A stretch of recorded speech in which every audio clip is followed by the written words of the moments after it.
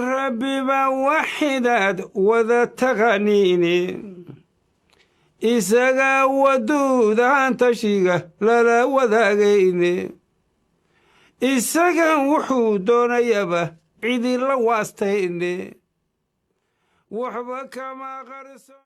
بسم الله الرحمن الرحيم. الحمد لله رب العالمين، والصلاة والسلام على أشرف المرسلين وعلى آله وصحبه وسلم أجمعين. waxaan halkan ku qaban doonaa casharo aan u bixinayno taxanaha magacyada Ilaahay ee 99 ah oo aan ka hormarinayno dhowr cashar oo aan u bixinayno casharo hordhac oo noqon doona saldhig iyo asaas si hadhow loo fahmo loona weeleeyo marka aan rabno inaan sharaxno magacyada Ilaahay subxaanahu wa ta'ala. casharkan wuxuu ku saabsan yahay in faham guud laga helo waa maxay magaca Ilaahay. Ilaahay subxaanahu wa ta'ala khalqiga uunka oo dhan isaga abuuray. maadaama uu uunka isaga abuuray waxaa waajib ku ah intii uu abuuray inay asaga yaqaanaan oo ay magaciisa yaqaanaan oo ay magacyadiisa yaqaanaan oo ay tilmaamihiisa yaqaanaan. sida darteedna Ilaahay subxaanahu wa ta'ala wuxuu quraankiisa ku yiri fa'lam annahu laa ilaaha illa Allah. waxaad rabaa inaad barato oo ogaato laa ilaaha illa Allah. waxyaabaha aad baranayso ayay ka bilaabanaysaa. waxaas aad baranayso marka waa xaq lagugu leeyahay. ilaaha ku irsaaqay ee ku abuuray ee koonka ku keenay wuxuu xaq ugu leeyahay inaad garanaysid si aad u gaartid marka tawxiid oo ah Ilaahay subxaanahu wa ta'ala inaad keligiisa caabudo keligiisna aad cibaadada u gaar yeesho. waxaa laga rabaa marka koowaad inaad Ilaahay garanayso. Ilaahay inaad garanayso waxaa loola jeedaa inaad hubto garashada Ilaahay aad u leedahay, rumaynta aad rumaynaysana inay dhabkaa tahay oo ay qalbigaaga ku jirto, maskaxdaaduna inay aqbalsan tahay, taasoo ka dhalanaysa inaad Ilaahay subxaanahu wa ta'ala keligiis u aqoonsan tahay inuu isagu sharafta leeyahay, inuu isagu jiritaankaaga sabab u yahay. marka dambena waxaa laga rabaa haddii aadan islaamnimo ku dhalanin inaad ku dhawaaqdo qiritaanka ashhadu an laa ilaaha illa Allah wa ashhadu anna muhammadan rasuulullah. haddiise islaamnimo aad ku dhalatay waaba waxaad mar walba taqaanid oo aad ku dhawaaqaysid. culimada salafku marka ay fasirayeen aayadda quraanka wama khalaqtul jinna wal insa illa liya'buduun waxay ku fasireen cibaadadaasu inay ka bilaabato aqoon aad Ilaahay u lahaato. haddii aadan Ilaahay aqoonin sidee baad u caabudaysaa? sidee baad tawxiidkiisa aad ugu dhigaysaa mid barax tiran oo aad keligiis ku caabudo? culimada mu'arikhiinta oo kala duwan xataa qaar aan muslimiin ahayn marka ay dunida ku wareegeen waxay yiraahdeen waxaanu aragnay magaalooyin aanan u dhisnayn darbiyo waardiyeeya waa aragnay, magaalooyin aan iskoolo lahayn waan aragnay, magaalooyin boqorada xukumaa aysan guryo waaweyn oo qurxan deganeen waan aragnay, laakiin maana arag magaalo aysan ku dhex oolin goob Ilaahay lagu caabudo. magaalo kastoon tagnay waxyaabo badan oo aan ka weynaynay way jirtay, laakiin magaalooyinka inta badan waxaan ku arkaynay goob la leeyahay goobtan Ilaahay baa lagu caabudaa. sidaa darteed Ilaahay caabudaadiisu waa wax khalqiga intiisa badan ay wada ogol yihiin diiman kala duwan iyo siyaabo kala duwan hadday rabaan ha u caabudaan. Ilaahay subxaanahu wa ta'ala ereyga Allah quraankiisa aad buu ugu soo arooray ilaa culimada qaarkood ay dhahayn 2,000 jeer ka badan buu quraan ku jiraa oo mar Ilaahay tilmaantiisa la sheegayo, mar magaciisa la sheegayo, marna ficilkiisa la sheegayo. waxaa kaloo garab socota Ilaahay subxaanahu wa ta'ala quraankiisa waxyaabaha uu dadka ku dhiirigeliyay waxaa ka mid ah inay isaga bartaan oo jiritaankiisa bartaan oo ay magacyadiisa bartaan. Ilaahay quraankiisa aayado ka badan 30 buu ku dhiirigelinayaa dadka inay bartaan Ilaahay subxaanahu wa ta'ala. Ilaahay wuxuu leeyahay i'lamu anna Allaha aziizun hakiim wa'lamu anna Allaha ghaniyyun hamiid fa'lam annahu laa ilaaha illa Allah. aayadahaas oo dhan waxay ku tusinayaan in Ilaahay subxaanahu wa ta'ala noo sheegayo inaan Ilaahay barano oo aan magaciisana barano.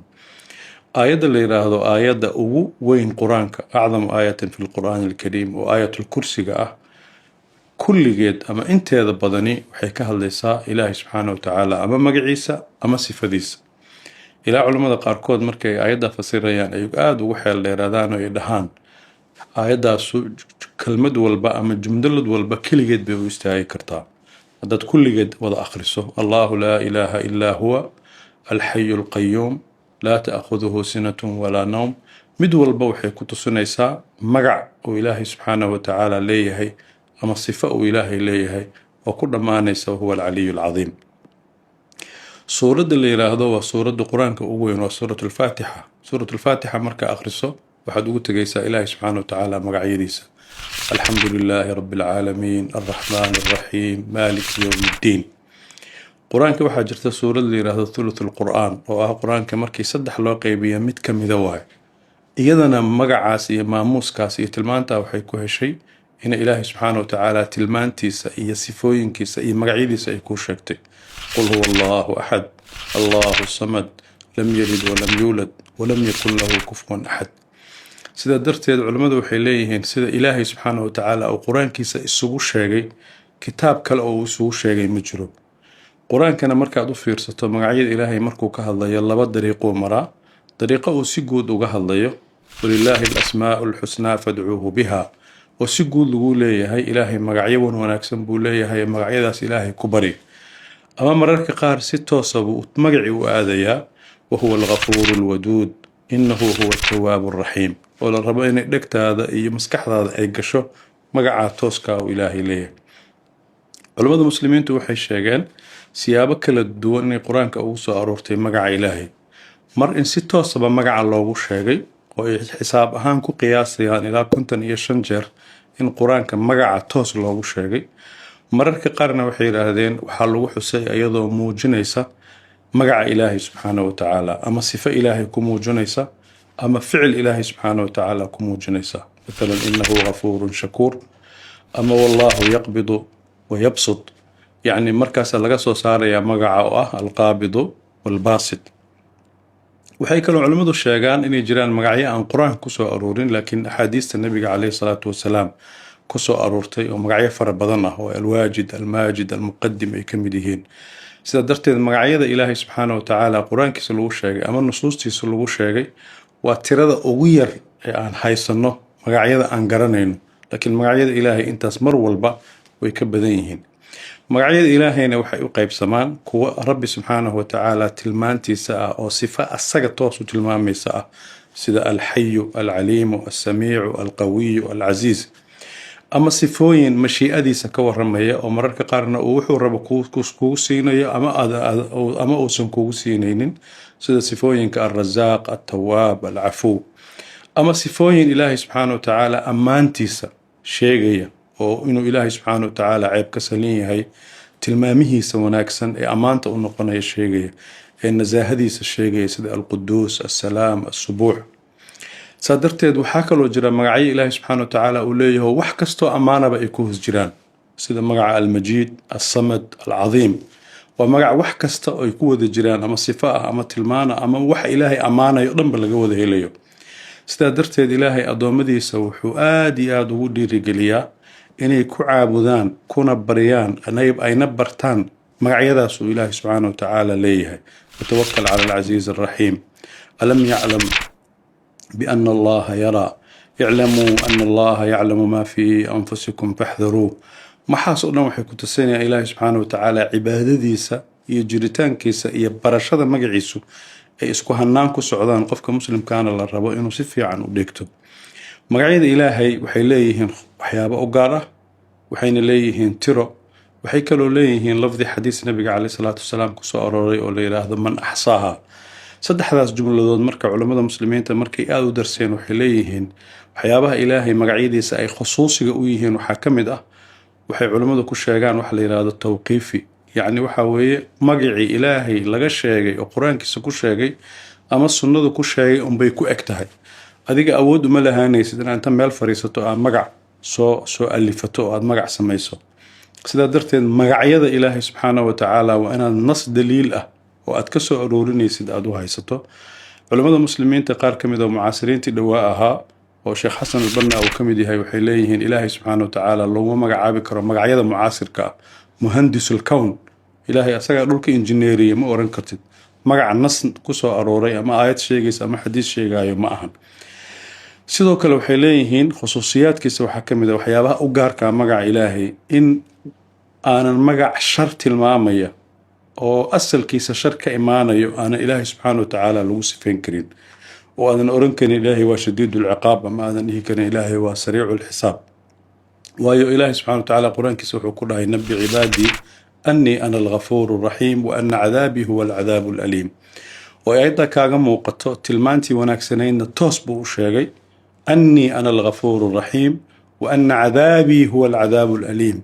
marka ilaahay subxaana watacaala sifada ka dhalanaysa haddii magac sharci ka dhalanayaan ilaahay subxaana watacaala toos looguma tilmaami karo ama loogama dhigi karo magac. waxaa jira magacyo uu ilaahay subxaana watacaala la gaar yahay oo uu keligii leeyahay. waxaa ka mid ah arraxmaan. waxaa jira magacyo lala wadaagi karo oo khalqigiisu ay la wadaagi karaan isagoo si kale iyo sifo kale leh oo ay ka mid tahay assamiic.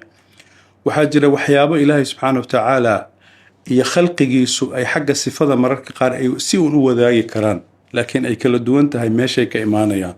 waxaa ka mid ah almuntaqim ama aargute. waxay dhahaan khalqigu marka uu sameynaya aargudashada wuxuu ka imaanayaa nacayb, wuxuu ka imaanayaa karaahiyo, wuxuuna ka imaanayaa dan shakhsiya uu leeyahay. laakiin ilaahay subxaana watacaala wuxuu ka keenayaa cadaalad inuu sameynayo. sidaa darteed magaca ilaahay wuxuu ku dhegan yahay mararka qaar maskaxdaadu meesha ay u diyaarsan tahay marka ay maqasho waxa kusoo dhacaya. maxaa ka mid ah haddaa allah maqasho ilaahay subxaana watacaala keliya ayaa kugu soo dhacaya. haddaa maqasho alwaaxid waxaa kugu soo dhacaya ilaahay subxaana watacaala inuu keligiis yahay. saa darteed waxyaabaha jiritaanka ilaahay ku barayay ka mid tahay markaad alwaaxid maqasho ilaahay baad xusuusanaysaa oo maskaxdaada ay kusoo dhacaysaa. saa darteed magac kasta oo wanaagsan oo qurxan ilaahay subxaanahu watacaala tilmaantiisaad ka baran doontaa. tilmaantiisa wanaagsan baad ka baran doontaa, magaciisa wanaagsan baad ka baranaysaa. waxay kaloo culammadu ka hadleen tiradan la yidhi 99 maxay tahay. waayo qur-aanka magacyo ilaahay subxaana watacaala fara badan baa ku soo aruuray oo culammada qaar markay findhicileen oo istiqaaqaadkeedii aadeen oo ay aruuriyeen qaarkood ilaa 120 magac bay gaarsiiyeen. xadiiska nabiga caleyhi salaatu wasalaam ka soo arooray ee dhahaya inna lillahi 99 isman man axsaaha dakhala aljanna. culammada qaarkood waxay ku fasireen inay tahay 99kan haddii aad barato oo aad xifdiso oo aad weelayso inaad janno ku gelayso.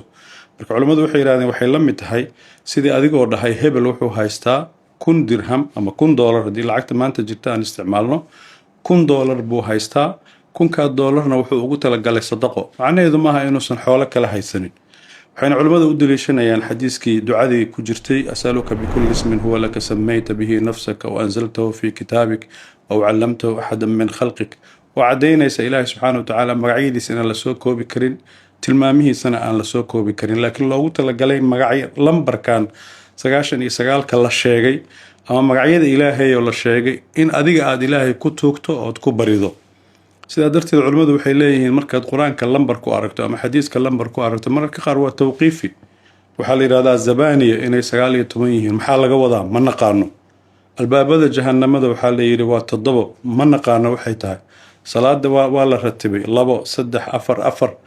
sababta loola jeedo ilaahay subxaana watacaala baa garanaya. sidaa darteed culimmadu waxay leeyihiin kelmadda la yidhaahdo axsaaha waxaa loola jeedaa inaad lafdigeeda fahamto, tiradeeda fahamto, macnaheeda fahamto, ilaahayna aad ku barido. culammada sidaa tafsiirkaas u sheegtay waxaa ka mid ah ibnu qayim aljawsiya oo sheegay maraatibtaa 3 ah oo ah inaad magaca ilaahay tiro ahaan u taqaano, lafdi ahaan u taqaano, waxay ku tusinayaan taqaano, fahamkeeda taqaano, kabacdina aad ilaahay ku barido. sidaa darteed waxaa laga rabaa qof kasta oo muslima inuu la yimaado aqoon uu u leeyahay magacyada ilaahay oo magacyadaasna uu alla ku baryo, mar walbana baahidiisa midda ka dhalanayso uu ilaahay ku baryo. haddaa faqiir tahay inaad ilaahay ku barido alghinaa. ilaahay subxaana watacaala waa hani, inaad magaca hani ilaahay ku barido. haddaad u baahan tahay karam iyo in lagu sharfo iyo in deeqsi aad noqoto iyo in xoolaha lagu furo, haddaad rabto in ilaahay wahaab uu ku deeqsiiyo kuu deeqtoomo, hadba baahidaada magaca u dhow inaad ku barido. sidaa darteed culimmada muslimiintu magacyada ilaahay kutubo aada u fara badan bay ka qoreen. inta aniga shakhsiyan aan arkay ee aan liisgareeyey culimmadii taariikhda islaamka oo aan magac ahaan u qoray oo liisgareeyey 154 kitaab bay ka badan yihiin.